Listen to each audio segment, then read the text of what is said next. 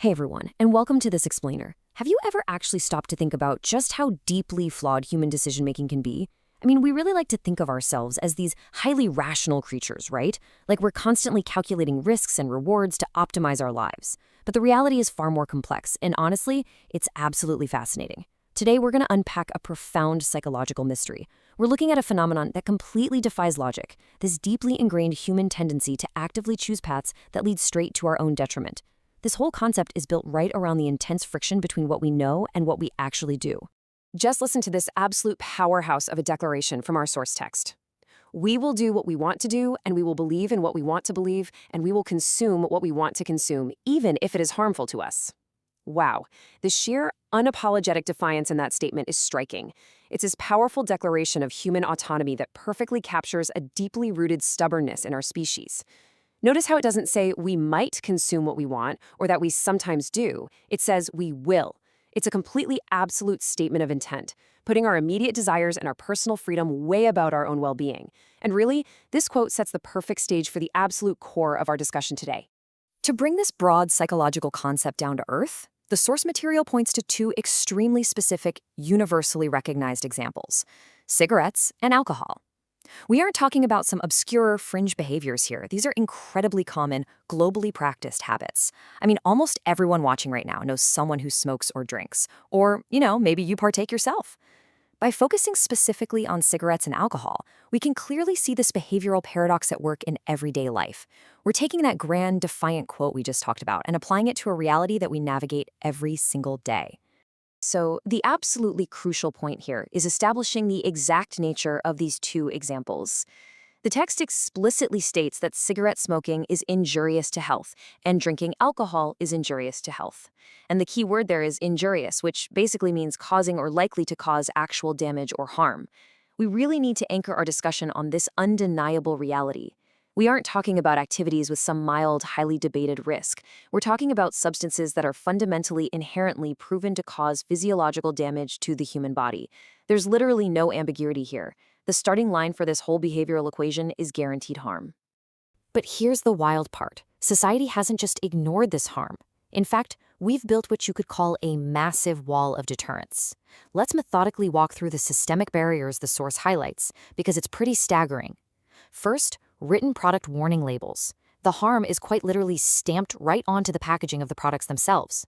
Second, this harm is proven extensively in scientific and medical journals. The brightest minds and the most rigorous studies confirm it for a fact.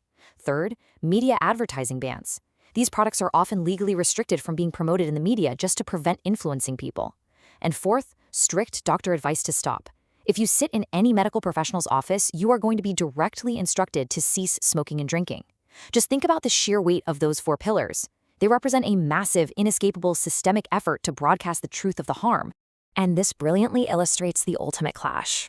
On one side, you have this massive systemic pushback. Science, medicine, and legal frameworks are all basically screaming at us to stop. It's a rigid, rational, undeniable directive based entirely on survival and self-preservation. But then, on the other side, you have the human reaction. People just continue anyway.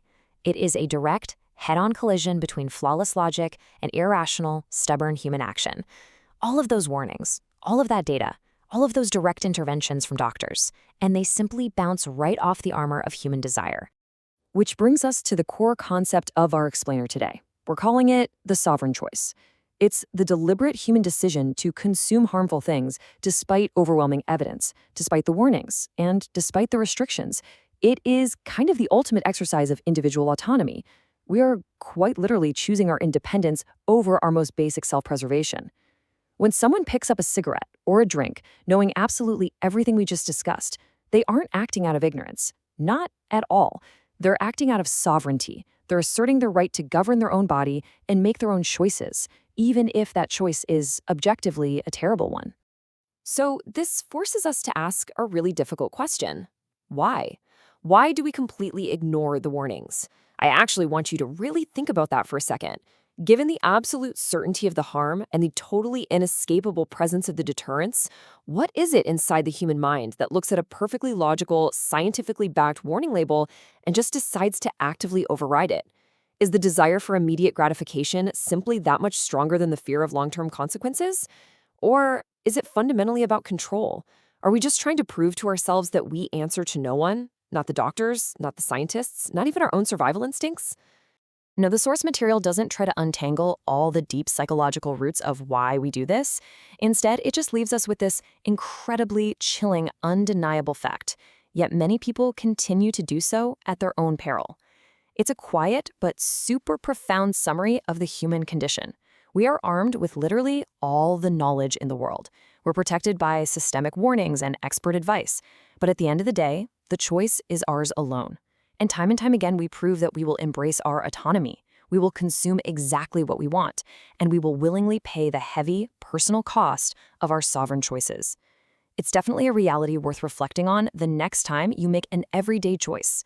Thanks for joining me for this explainer, and I'll catch you in the next one.